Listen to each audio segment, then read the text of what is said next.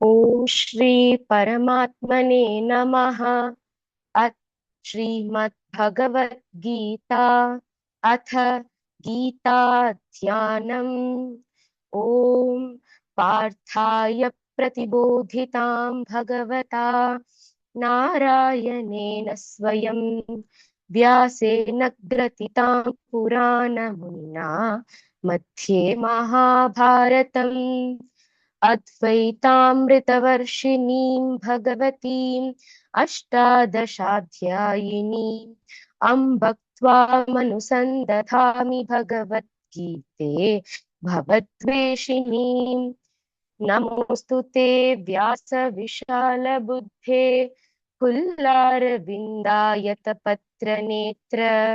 येन त्वया भारततैलपूर्णः प्रज्वालितो ज्ञानमयः प्रदीपः प्रपन्नपारिजाताय स्तोत्रवेत्रैकपाणये ज्ञानमुद्राय कृष्णाय गीतामृतदुहे नमः। वसुदेवसुतं देवं कंसचाणूरमर्दनं देवकी परमानन्दं कृष्णौ वन्दे जगद्गुरुं। भीष्मद्रोणतटा जयद्रथजला गान्धारनीलोत्पला शल्यग्राहवती कृपेण वहनी कर्णेन बेलाकुला अश्वत्थामविकर्णघोरमकरा दुर्योधनावर्तिनी सोत्तीर्णा खलु पाण्डवैरननदी कैवर्तकः केशवः पाराशर्यवचः सरोजममलं गीतार्थगन्धोत्कटम् नानाख्यानककेसरं हरिकथा सम्बोधनाबोधितं लोके सज्जनः षट्पथैरहरः ते पीयमानं मुदा भूयात् भारत पंकजं कलिमल प्रध्वंसि न श्रेयसे मूकं करोति वाचालं पङ्गुल्लङ्घयते गिरिं यत्कृपातमहौ वन्दे परमानन्दमाधवम्। गीताशास्त्रमिदं पुण्यं यः पठेत् प्रयतः पुमान् विष्णोः पदमवाप्नोति भयशोकादिवर्जितः। गीताध्ययनशील्यस्य प्राणायामपरस्य च नैव सन्ति हि पापानि पूर्वजन्मकृतानि च मलनिर्मोचनं पुंसां जलस्नानन्दिने दिने सकृद्गीताभसि स्नानं संसारमलनाशनम्। गीता सुगीता कर्तव्या किमन्यै शास्त्रविस्तरैः या स्वयं पद्मनाभस्य मुखपद्माद्विनिसृता भारतामृतसर्वस्वं विष्णोर्वक्त्राद्विनिसृतं गीता गङ्गोदकं पीत्वा पुनर्जन्म न विद्यते सर्वोपनिषदो गावः दोग्धा गोपालनन्दनः पार्थो वत्सः सुधीर्भोक्ता दुग्धं गीतामृतं महत् एकं शास्त्रं देवकी पुत्रगीतम् एको देवो देवकी पुत्र एव एको मन्त्रस्तस्य नामानि यानि कर्माप्येकं तस्य देवस्य सेवा शान्ताकारं भुजगशयनं पद्मनाभं सुरेशं विश्वाधारं गगनसदृशं मेघवर्णं शुभांगं लक्ष्मीकान्तं कमलनयनै योगिभृध्यानगम्यं वन्दे विष्णुं भवभयहरं सर्वलोकैकनाथं यं ब्रह्मा वरुणेन्द्ररुद्रमरुतः स्तुन्वन्ति दिव्यैस्तवैः वेदैः साङ्गपदक्रमोपनिषदैः गायन्ति यं सामगाः ध्यानावस्थिततद्गतेन मनसा पश्यन्ति यै योगिनः यस्यान्तन्न विदुः सुरासुरगणाः देवाय तस्मै नमः। ॐ श्री परमात्मने नमः। श्रीमद्भगवद्गीता अथ प्रथमोऽध्यायः अर्जुन विषादयोगः। धृतराष्ट्र उवाच धर्मक्षेत्रे कुरुक्षेत्रे समवेतायुयुत्सवः मामकाः पाण्डवाश्चैव किमकुर्वत सञ्जय। सञ्जय उवाच दृष्ट्वा तु पाण्डवानीकं व्यूढन् दुर्योधनस्तदा आचार्यमुपसङ्गम्य राजा वचनमब्रवीत् पश्यैतां पाण्डुपुत्राणाम् आचार्यमहतीं च मूं व्यूढान् द्रुपदपुत्रेण तव शिष्येन धीमता अत्र शूरा महेश्वासाः मार्जुनसमायुधि युयुधानो विराटश्च द्रुपदश्च महारथः दृष्टकेतुश्चेकितान्नः काशीराजश्च वीर्यवान् पुरुजित् कुन्तिभोजश्च शैब्यश्च नरपुङ्गवः युधामन्युश्च विक्रान्तः उत्तमौजाश्च वीर्यवान् सौभद्रो द्रौपदेयाश्च सर्व एव महारथाः अस्माकं तु विशिष्टाये तानि बोधद्विजोत्तम नायका मम संयस्य संज्ञार्थन्तान् ब्रवीमि ते भवान् भीष्मश्च कर्णश्च कृपश्च समितिञ्जयः अश्वत्थामा विकर्णश्च सौमदत्तिस्तथैव च अन्ये च बहवः शूराः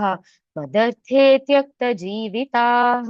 नानाशस्त्रप्रहरणाः सर्वे युद्धविशारदाः अपर्याप्तं तदस्माकं बलं भीष्माभिरक्षितं पर्याप्तं त्विदमेतेषां बलं भीमाभिरक्षितम् अयनेषु च सर्वेषु यथा भागमवस्थिताः भीष्ममेवाभिरक्षन्तु भवन्तः सर्व एव हि तस्य सञ्जनयन् हर्षं कुरु वृद्धः पितामहः सिंहनादौ विनद्योचैः शङ्खान् यद्दध्मौ प्रतापवान् ततः शङ्खाश्च भैर्यश्च पनवानकगोमुखाः सहसैवाभ्यहन्यन्तः सशब्दस्तु मुलोऽभवत् ततः श्वेतैर्हयैर्युक्ते महति स्यन्दने स्थितौ माधवः पाण्डवश्चैव दिव्यौ शङ्कौ प्रदद्मतुः पाञ्चजन्यं हृषीकेशः देवदत्तं धनञ्जयः पौण्ड्रं दध्मौ महाशङ्खं भीमकर्मावृकोदरः अनन्तविजयं राजा कुन्तीपुत्रो युधिष्ठिरः नकुलः सह देवश्च सुघोषमणिपुष्पकौ काश्यश्च परमेश्वासाः शिखण्डी च महारथः दृष्टद्युम्नो विराटश्च सात्यकिश्चापराजितः द्रुपदो द्रौपदेयाश्च सर्वशः पृथिवीपते सौभद्रश्च महाबाहुः शङ्खान् दध्मुः पृथक् पृथक् सघोषोधार्तराष्ट्राणां हृदयानि व्यदारयत् यत् नभश्च पृथिवीं चैव तुमुलो व्यनुनादयन् अथ व्यवस्थितान् दृष्ट्वा धान् कपिध्वजः प्रवृत्ते शस्त्रसम्पाते धनुरुद्धम्य पाण्डवः ऋषिकेशं तदा वाक्यम् इदमाह महीपते अर्जुन उवाच या सेनयोरुभयोर्मध्ये रथं स्थापयमेच्युत यावदेतान्निरीक्षेऽहं योद्धुकामानवस्थितान् कैर्मया सह योद्धव्यम् अस्मिन् रणसमुद्यमे योत्स्यमानानवेक्षेऽहं ययेतेऽत्र समागताः धार्तराष्ट्रस्य दुर्बुद्धेः युद्धे प्रियचिकीर्षवः। सञ्जय उवाच एवमुक्तो हृषीकेशः गुडाकेशेन भारत सेनयोरुभयोर्मध्ये स्थापयित्वा रथोत्तमम् भीष्मद्रोणप्रमुखतः सर्वेषां च महीक्षिताम् उवाच पार्थ पश्यैतान् समवेतान् कुरूनिति तत्रापश्य स्थितान् पार्थ पितॄनथ पितामहान् आचार्यान् मातुलान् भ्रातॄन् पुत्रान् पौत्रान् सखींस्तथा श्वशुरान् सुहृदश्चैव सेनयोरुभयोरपि तस्मा तान् तान् समीक्ष्य स कौन्तेय सर्वान् बन्धूनवस्थितान् कृपया परयाविष्टः विषीदन्त विषीदन्न विषीदन्तब्रवीम् विषीदन्न ब्रवीते अर्जुन उवाच दृष्ट्वेमं स्वजनं कृष्ण युत्सुं समुपस्थितं सीदन्ति मम गात्राणि मुखं च परिशुष्यति वेपतुश्च शरीरे मे रोमहर्षश्च जायते गाण्डीवं स्त्रंसते हस्तात् त्वच्चैव परिदह्यते न च शक्नोम्यवस्थातुं भ्रमतीव च मे मनः निमित्तानि च पश्यामि परीतानि केशव न च श्रेयोऽनुपश्यामि हत्वा स्वजनमाहवे न काङ्क्षे विजयं कृष्ण न च राज्यं सुखानि च किन्नो राज्येन गोविन्द किं भोगैर्जीवितेन्न वा येषामर्थे काङ्क्षितन्नः राज्यं भोगाः सुखानि च तैमेव स्थिता युद्धे प्राणां त्यक्त्वा धनानि च आचार्याः पितरः पुत्राः तथैव च पितामहाः मातुलाः श्वशुराः पौत्राः श्यालाः सम्बन्धिनस्तथा एतान्न हन्तुमिच्छामि घ्नतोऽपि मधुसूदन अपि त्रैलोक्यराज्यस्य हेतोः किन्नु मही कृते निहत्य धार्तराष्ट्रान्नः का प्रीतिः स्या जनार्दन पापमेवाश्रयेदस्मान् हत्वैतानाततायिनः तस्मान्नार्हा वयं हन्तुं धार्तराष्ट्रान् स्वबान्धवान् स्वजनं हि कथं हत्वा सुखिनः स्याम माधव यद्यप्येतेन पश्यन्ति लोभोपहत चेतसः कुलक्षयकृतं दोषं मित्रद्रोहे च पातकं कथन्यज्ञेमस्माभिः पापादस्मान्निवर्तितुं कुलक्षयकृतं दोषं प्रपश्यद्भिर्जनार्दन कुलक्षये प्रणश्यन्ति कुलधर्मा सनातनाः धर्मे नष्टे कुलं कृत्स्नम् अधर्मोऽभिभवत्युत अधर्माभिभवात् कृष्ण प्रदुष्यन्ति कुलस्त्रियः स्त्रीषु दुष्टासु वार्ष्णेय जायते वर्णसङ्करः सङ्करो नरकायैव कुलघ्नानां कुलस्य च पतन्ति पितरो ह्येषां लुप्तपिण्डोदकक्रियाः दोषैरेतैः कुलघ्नानां वर्णसङ्करकारकैः उत्साद्यन्ते जातिधर्माः कुलधर्माश्च शाश्वताः उत्सन्नकुलधर्माणां मनुष्याणां जनार्दन नरके नियतौ वासः भवन्ति भवन्तीत्यनुशुश्रुम अहो बत महत्पापं कर्तुव्यवति व्यवसिता वयं यद्राज्यसुखलोभेन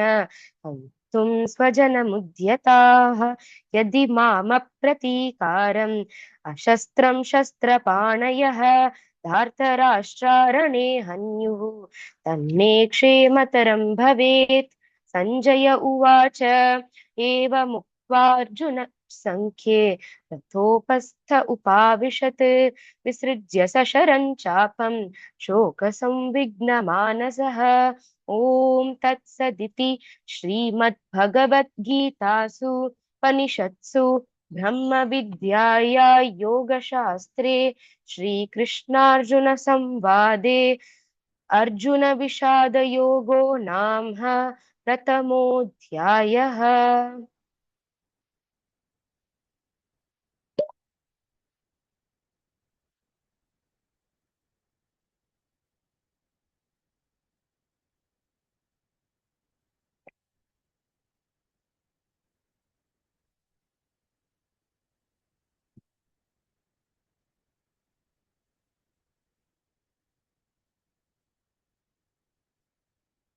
ॐ श्री परमात्मने नमः। अथ द्वितीयोऽध्यायः सांख्ययोगः। संजय उवाच तन्तथा कृपयाविष्टम् अश्रुपूर्णाकुलेक्षणं विषीदन्तमिदौ वाक्यम् उवाच मधुसूदनः। श्रीभगवानुवाच कुतस्त्वाकश्मलमिदं विषमे समुपस्थितम् अनार्यजुष्टमस्वर्ग्यम् अकीर्तिकरमर्जुन क्लैब्यं मा स्म गमः पार्थ नैतत्त्वय्युपपद्यते क्षुद्रं हृदय दौर्बल्यं त्यक्त्वोत्तिष्ठ परन्तप। अर्जुन उवाच कथं भीष्ममहं संख्ये द्रोणं च मधुसूदनः इषुभिः प्रतियोत्स्यामि पूजार्हावरिसूदन गुरून् हत्वा हि महानुभावान् श्रेयो भोक्तुं वैक्ष्यमपीह लोके हत्वार्थकामांस्तु गुरूनिहैव भुञ्जीय भोगान् रुधिरप्रदिग्धान् न चैतद्विद्मः कतरन्नो गरीयः यद्वा जयेम यदि वा नो जयेयुः यानेव हत्वा न जिजीविषामः तेव स्थिताः प्रमुखे धार्तराष्ट्राः कार्पण्यदोषोपहतः स्वभावः पृच्छामि त्वां धर्मसम्मूढचेताः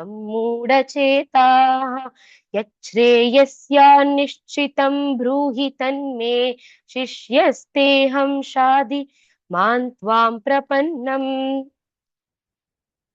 न हि प्रपश्यामि ममाप्नुयुध्यात् यच्छोकमुच्छोषणमिन्द्रियाणाम्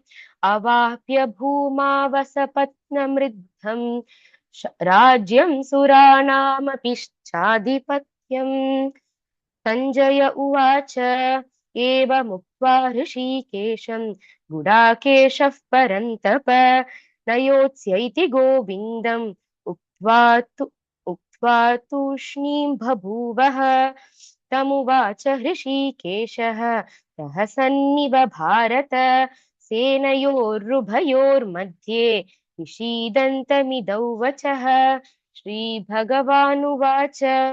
अशोच्यानन्वशोचस्त्वं प्रज्ञावादांश्च भाषसे गतासु न गतासूंश्च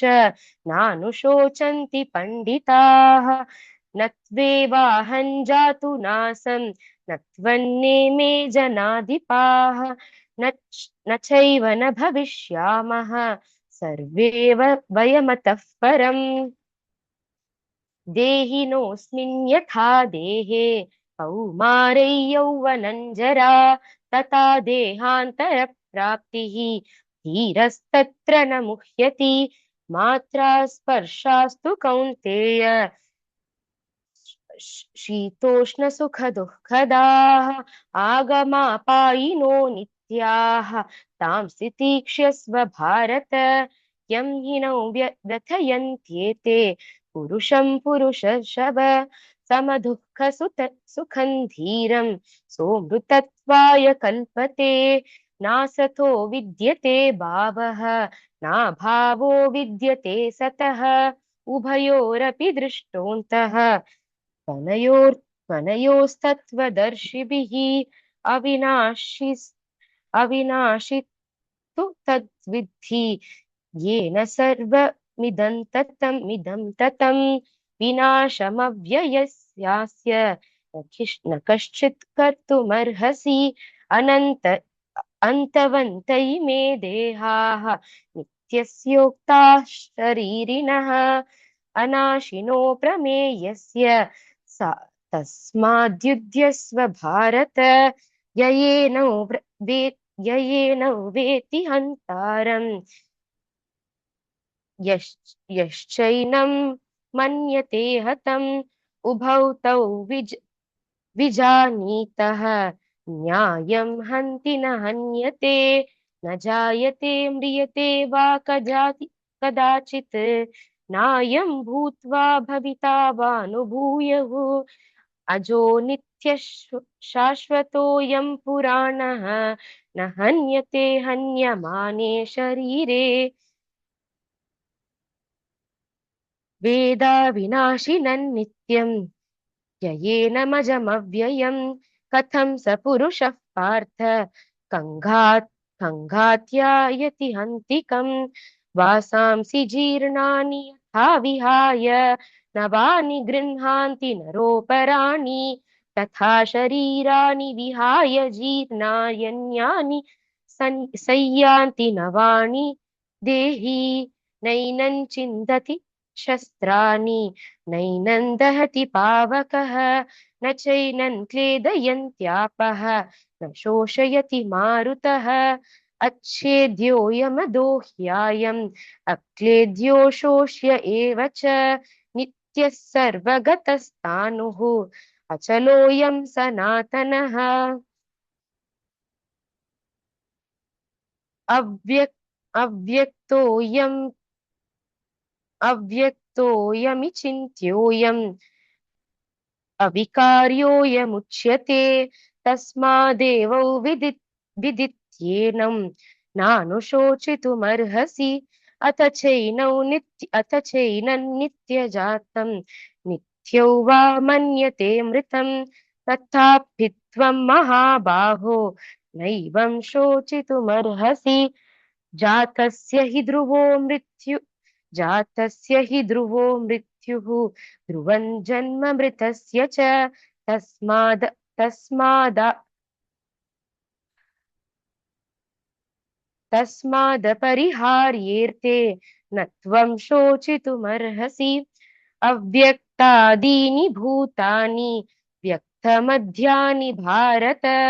अव्यक्तनिधनान्यैव तत्र का परिदेवना आश्चर्यवत् पश्यति कश्चिदेनम् आश्चर्यवत् वदति तथैव चान्यः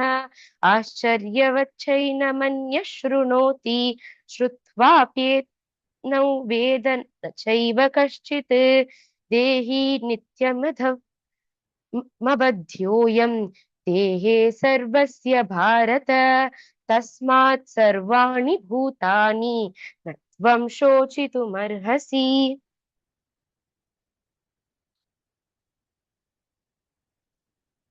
स्वधर्ममपि चावेक्ष्यं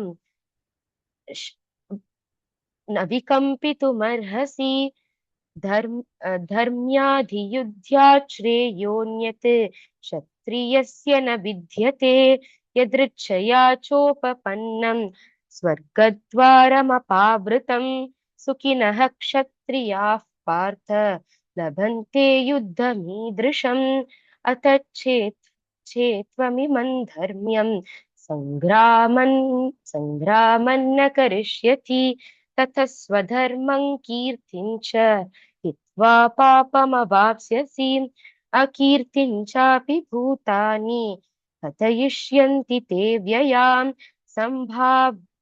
सम्भाव्य तस्य चाकीर्तिः मरणादतिरिच्यते भयादृणादु परतं मंस्यन्ते त्वां महारथाः येषां च त्वां बहुमतः भूत्वा यास्यसि लाघवम् अवाच्य वादांश्च बहून् वदिष्यन्ति तवाहिताः निन्दन्तस्तव सामर्थ्यं ततो दुःखतरन्नु किम्।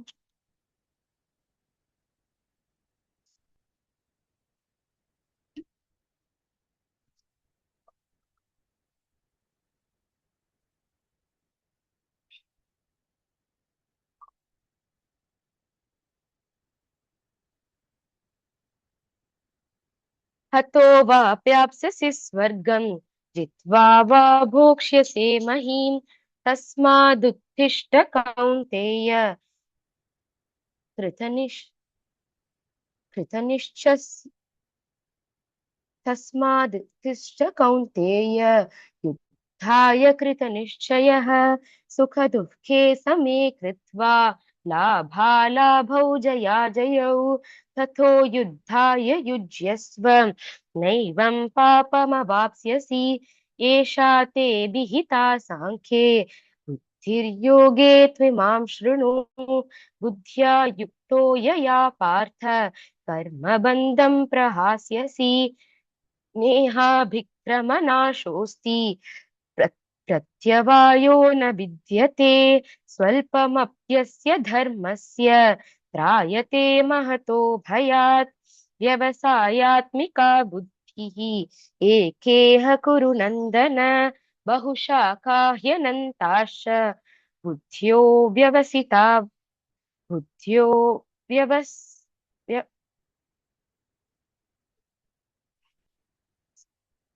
बुद्धयो व्यवसायिनां यामिमां पुष्पिता वाचम् प्रवदन्त्यविपश्चितः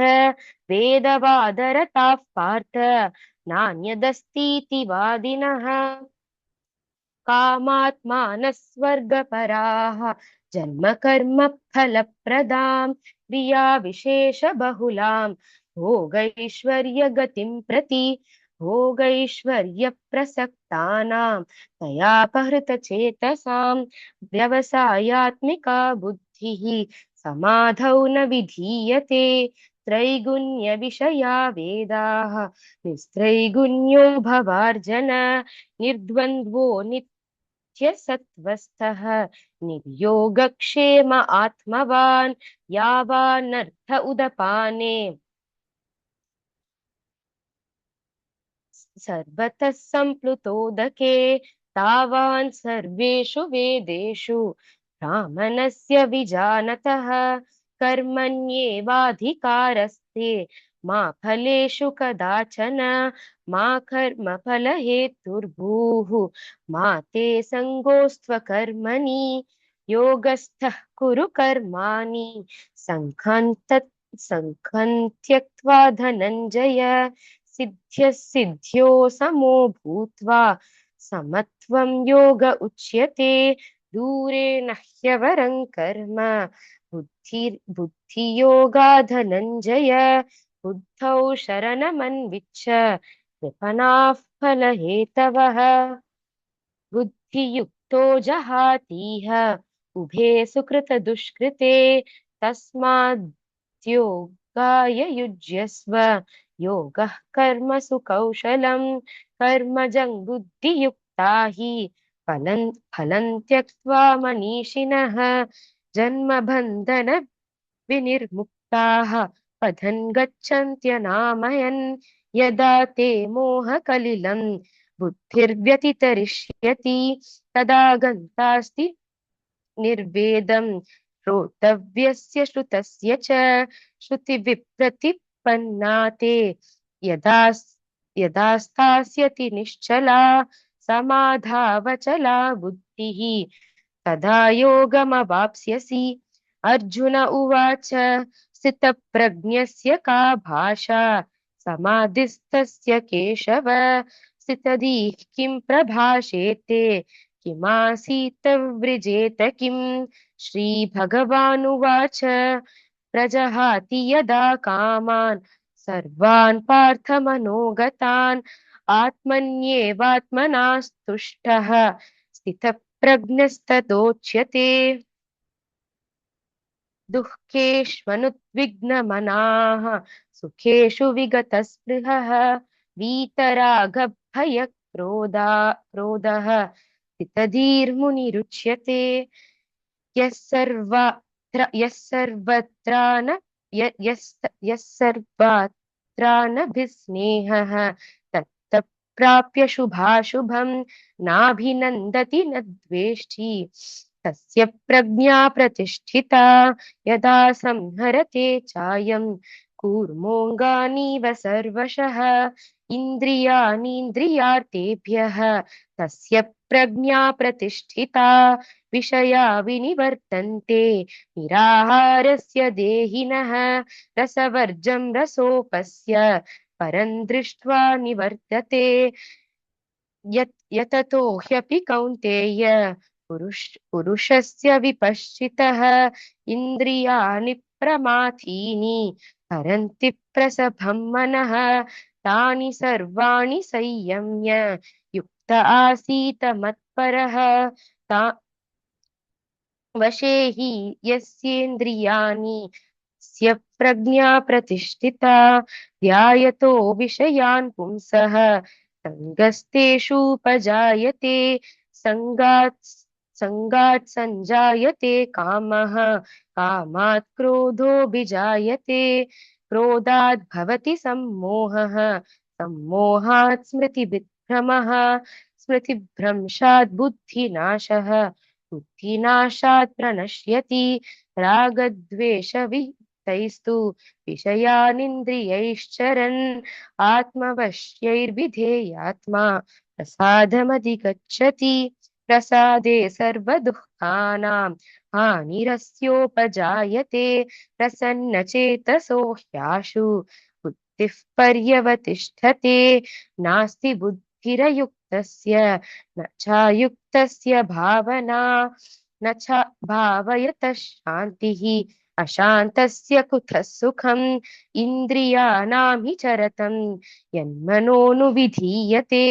तदस्य हरति प्रज्ञां वायुर्नाम मिवाम्बसि तस्माधस्य महाबाहो निगृहीतानि सर्वशः इन्द्रियाणीन्द्रियार्थेभ्यः तस्य प्रज्ञा प्रतिष्ठिता या निशा सर्वभूतानां तस्याञ्जाग्रति संयमी यस्याञ्जाग्रति भूतानि सा निशा पश्यते मुनेः आपूयमानमचलं प्रतिष्ठं समुद्रमापः प्रविशन्ति यद्वत् तद्वत् कामायं प्रविशन्ति सर्वे स शान्तिमाप्नोति न कामकामी विहाय कामान्यः सर्वान् पुमांश्चरति निःस्पृहः निर्ममो निरहङ्कारः स शान्तिमधिगच्छति एषा भ्रामी स्थितः पार्थ नैनं प्राप्य विमुह्यति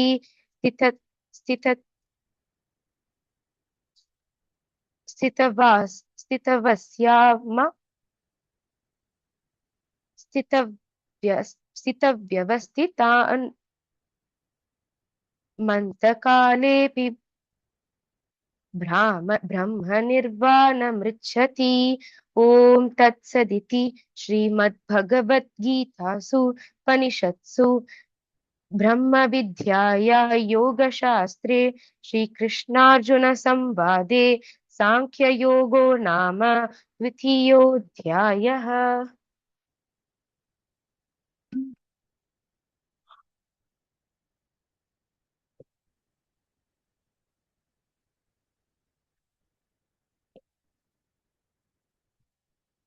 ॐ श्री परमात्मने नमः। अथ तृतीयोऽध्यायः कर्मयोगः। अर्जुन उवाच ज्यायसि चेत् कर्मणस्ते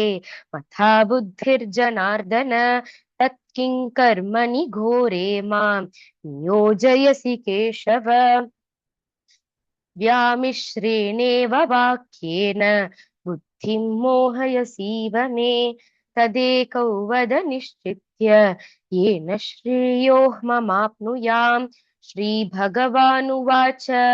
लोकेऽस्मिन् द्विविधा निष्ठा पुरा प्रोक्ता मया नघ ज्ञानयोगेन साङ्ख्यानां कर्मयोगेन योगिनां न कर्मणामनारम्भात् नैष्कर्म्यं पुरुषोऽश्नुते न च सन्न्यसनादेव सिद्धिं गच्छति न हि कश्चित् क्षणमपि जातु तिष्ठत्य कर्मकृत्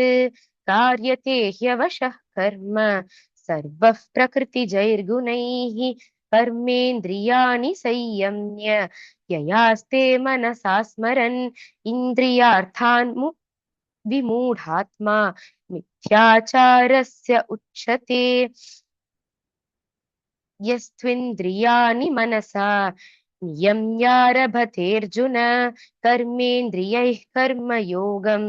असक्तः स विशिष्यते नियतं कुरु कर्म त्वं कर्मज्यायो ह्यकर्मणः शरीरयत्रापि च ते न प्रसिद्ध्येद कर्मणः यज्ञार्थात् कर्मणोऽन्यत्र लोकोऽयं कर्मबन्धनः तदर्थं कर्म कौन्तेय मुक्तसङ्गः समाचर सह यज्ञाः प्रजा सृष्ट्वा पुरोवाच प्रजापतिः अनेन प्रसविष्यध्वम् एष वोस्त्विष्टकामधुक् देवान् भव देवान् भावयता देवान् देवान् भावयतानेन ते देवा भावयन्तु वः परस्परं भावयन्तः श्रेयः परमवाप्स्यथ इष्टान् भोगान् हि वो देवः दास्यन्ते यज्ञभाविताः तैर्दत्तानप्रदायैभ्यः यो भुङ्क्तेस्तेन एव सः यज्ञशिष्टाशिनः सन्तेः मुच्यन्ते सर्वकिल्बिषैः भुञ्जते ते त्वघं पापाः ये पचन्त्यात्मकर्मणात् अन्नाद् भवन्ति भूतानि पर्जन्यादन्नसम्भवः यज्ञाद् भवति पर्जन्यः यज्ञः कर्म समुद्भवः कर्म ब्रह्मोद्भवम् विद्धि ब्रह्माक्षरसमुद्भवम् तस्मात् सर्वगतं ब्रह्म नित्यं यज्ञे प्रतिष्ठितम् एवं प्रवर्तितं चक्रं नानुवर्तयति हयः अघायुरिन्द्रिया रामः मोघं पार्थ स जीवति यस्त्वात् मरतिरेवस्तात् आत्मतृप्तश्च मानवः आत्मन्येवाच सन्तुष्टः तस्य कार्य न विद्यते नैव तस्य कृतेनार्थः नाकृते नेह कश्चन न चास्य सर्वभूतेषु कश्चिदर्थव्यपाश्रयः तस्मादसक्तः सततं कार्यं कर्म समाचर असक्तो ह्याचरन् कर्म परमाप्नोति पूरुषः कर्मणैव हि संसिद्धिम् आस्थिता जनकादयः लोकसङ्ग्रहमेवापि सम्पश्यन् कर्तुमर्हसि यदा यद्यदाचरति श्रेष्ठः तत्तदेवेतरो न तत्तदेवेतरो जनः स यत्प्रमाणं कुरुते लोकसं लोकस् लोकस्तदनु वर्धते न मे पार्थास्ति कर्तव्यं स्त्रीषु लोकेषु किंचन नान नानवाप्तमवाप्तव्यं वर्त एव च कर्मणि यदि ह्यहं यदि ह्यहन्न वर्तेयं जातु कर्मण्यतन्द्रितः मम वर्तन्तु वर्तन्ते मम वर्त्मानुवर्तन्ते मनुष्याः पार्थ सर्वशः उत्सीद्येयुरिमे लोकाः न कुर्यां कर्म देह चेदहं शङ्करस्य च कर्ता स्याम् उपहन्यामि माः प्रजः सक्तः कर्मण्य विद्वांसः यथा कुर्वन्ति भारत कुर्याद् विद्वांस्तथा सक्तः चिकीर्षुर्लोकसङ्ग्रहं न बुद्धिभेदं जनयेत् अज्ञानानाम्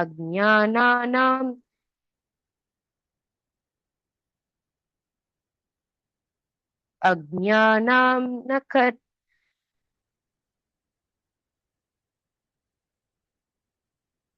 अज्ञानां कर्मसङ्गिनां जोषयेत् सर्वकर्माणि विद्वान् युक्तः समाचरन् प्रकृतेः क्रियकर्माणि गुणैः कर्माणि सर्वशः अहङ्कारविमूढात्मा कर्ताहमिति मन्यते तत्तव ततव तत्तव तत्तवित्तु महाबाहो गुणकर्मविभागयोः गुणागुणेषु वर्तन्ते इति मत्वा न सज्जते प्रकृ प्रकृतेर्गुणसम्मूढाः सज्जन्ते गुणकर्मसु तान् कृत्स्नविदे मन्दान् कृत्स्नभिन्न विचालयेत् मयि सर्वाणि कर्माणि संज्ञा संन्याद्यात् सन्न्यास्याध्यात्मचेतसा चेतसा निराशिर्निर्ममो भूत्वा युध्यस्व विगतज्वरः ये मे मतमिदं नित्यम् अनुतिष्ठन्ति मानवाः श्रद्धावन्तो न सूयन्तः मुच्यन्ते तेऽपि कर्मभिः ये त्वेतदभ्यसूयन्तः नानुतिष्ठन्ति मे मतम् सर्वज्ञानविमूढांस्तान् विधिनष्टान चेतसः सदृशं चेष्टते स्वस्याः प्रकृतेर्ज्ञानवानपि प्रकृतीयानि भूतानि निग्रह किं करिष्यति इन्द्रियस्येन्द्रियार्थे रोगद्वेषौ विवस्थितौ तयोर्नवशमागच्छेत् तौ ह्यस्य परिपन्थिनौ श्रेयान् स्वधर्मो विगुणः प्रधर्मास्वनुशिष्ठितात् स्वधर्मे निधनं श्रेयः परधर्मो भयावहः अर्जुन उवाच अत केन प्रयुक्तोऽयं पापं चरति पूरुषः अनिच्छन्नपि वार्ष्णेय बलादिव नियोजितः श्रीभगवानुवाच काम एष क्रोध एषः रजोगुणसमुद्भवः महाशनो महापाप्मा ह्येनमिह वैरिणं धूमेनाव्रियते वह्निः यथादर्शो मलेन च यथा यतोल्बेनावृतो गर्भः तथा तथा तेन दमावृतम् आवृतज्ञान आवृतज्ञानमेतेन ज्ञानिनो नित्यवैरिणाः कामरूपेण कौन्तेय दुष्पूरेणानलेन च इन्द्रियाणि मनो बुद्धिः अस्या अस्याधिष्ठानमुच्यते एतैर्विमोह यस्य यत्येषः ज्ञानमावृत्य देहिनम् तस्मात् वय तस्मात् वयमिन् तस्मात् त्वम् तस्मात् त्वमिन्द्रियाण्यादौ नियम्य भरतर्षभ पाप्मानं प्रजहिह्येनं ज्ञानविज्ञाननाशनम् इन्द्रियाणि इन्द्रियाणि पराण्याहुः इन्द्रियेभ्यः परं मनः मनस्तु परा बुद्धिः यो बुद्धेः परसस्तु सः एवं बुद्धेः परं बुद्ध्वा संसत् संसत्यामानमात्मना जहि शत्रुं महाबाहो कामरूपं दुरासुदम् ॐ तत्सदिति श्रीमद्भगवद्गीतासु उपनिषत्सु ब्रह्मविद्याया योगशास्त्रे श्रीकृष्णार्जुनसंवादे कर्मयोगो नाम तृतीयोऽध्यायः ॐ श्रीकृष्णार्जुन ॐ ॐ श्रीकृष्णार्पणमस्तु।